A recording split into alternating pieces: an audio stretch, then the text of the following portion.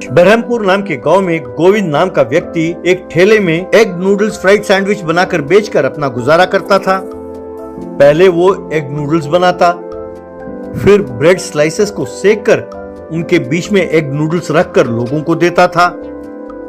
लोग आकर उसके बनाए हुए एग नूडल्स फ्राइड सैंडविच मजे से खाते थे। लोग उसके पकवान की खूब प्रशंसा करते तो गोविंद फूला ना समाता। गोविंद का बेटा था दीपू। उस गांव में हाई स्कूल ना होने के कारण वो कुछ और बच्चों के साथ मिलकर जंगल के रास्ते से पास वाले गांव के हाई स्कूल में पढ़ने जाता था।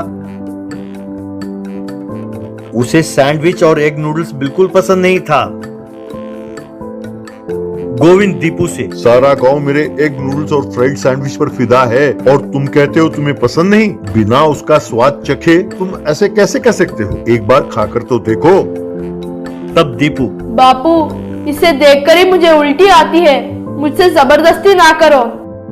उस गांव के पुलिस वाले भी ठेले के पास आकर उसका नूडल सैंडविच खाते थे। पुलिस वाले पैसे देने की बात करते तो गोविंद उन्हें प्यार से मना कर देता था। एक दिन दीपू गोविंद के ठेले के पास आया और कहने लगा, बापू हर रोज कहते रहते हो ना कि एग सैंडविच खाओ खाओ। ठीक है, आप मेरे लिए 4 नूडल सैंडविच बना कर दो, मैं इसे स्कूल ले जाकर इंटरवल में खाऊंगा।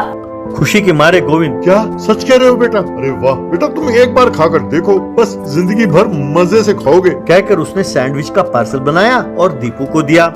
उसे लेकर दीपू वहाँ से चला गया। इस तरह दीपू हर रोज गोविंद के पास आकर उससे सैंडविच लेकर जाने लगा। एक दिन पुलिस वाले आकर वहाँ खाने लगे। तभी दीपू वहाँ आया और कहने लगा, बापू जल्दी से मुझे सैंडविच बना कर दो, हर रोज यूँ देर करोगे तो मुझे परेशानी होती है। तब गोविंद, बेटा इस वक्त मैं बिजी हूँ, थोड़ा टाइम लगेगा, ठहरो, ये पुलिस वाले चले जाएं तब मैं तुम्हें बना कर दूंगा। तब दीपू, अरे बापू तुम्हारा क्या है, तुम आराम से बनाओगे, वहाँ वो इंतजार नहीं करेंगे। सब मेरी किस्मत है। ठीक है जल्दी बनाओ। इस तरह गोविंद ने उसे सैंडविच पार्सल बना कर दिया। तब ऐसे ही, क्या बात है गोविंद, तुम तो कहते थे कि तुम्हारे बेटे को सैंडविच बिल्कुल पसंद नहीं है और अब वो 4 सैंडविच बना कर ले जा रहा है। गोविंद, यही बात तो मेरे समझ में नहीं आती है सर। आजकल हर रोज 4 सैंडविच लेकर जाता है, उसका एक सैंडविच खाना ही बहुत बड़ी बात है, पता नहीं क्या है।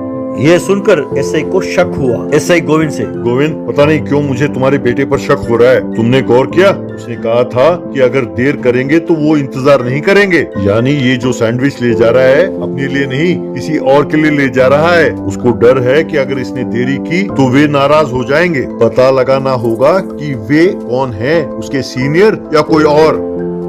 इस तरह पुलिस और गोविंद दीपू का पीछा करने लगे। उन्होंने देखा कि दीपू एक पहाड़ी के गुफा के अंदर जा रहा है। वो भी उसका पीछा करने लगे। अंदर जाकर उन्होंने देखा कि वहाँ 2 चोर थे। उन्होंने दीपू से सैंडविच लिया, फिर उसे 2 थप्पड़ मारा। उनमें से एक चोर, अरे यूँ हर रोज देरी से आते हो? हाँ? कल से अगर तुम्हारे आने में देरी हुई या तुमने हमारे बारे में किसी को बताया, तुम्हारी जान ले लेंगे, खबरदार, कहकर सैंडविच खाने लगे। तब ऐसे ही, अमीने ये तो जेल से भागे हुए कैदी हैं, कन्ना और मुन्ना। इन्हें पकड़ने के लिए हमने चारों ओर चेक पोस्ट लगाया है, इसीलिए ये यहाँ छिपे बैठे हैं। लगता है स्कूल से लौटते वक्त तुम्हारा बेटा इनके गिरफ्त में आ गया। कॉन्स्टेबल्स अटैक, ऐसा कहा। बस पुलिस ने उन दोनों को चारों ओर से घेर लिया और उन्हें खूब मारा। फिर उन्हें ले जाकर जेल में डाल दिया।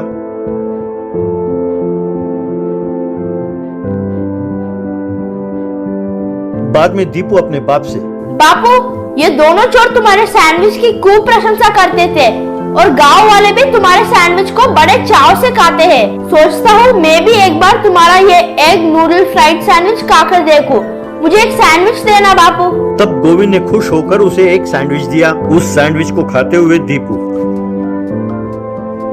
डियर फ्रेंड्स, ये कहानी आपको कैसी लगी?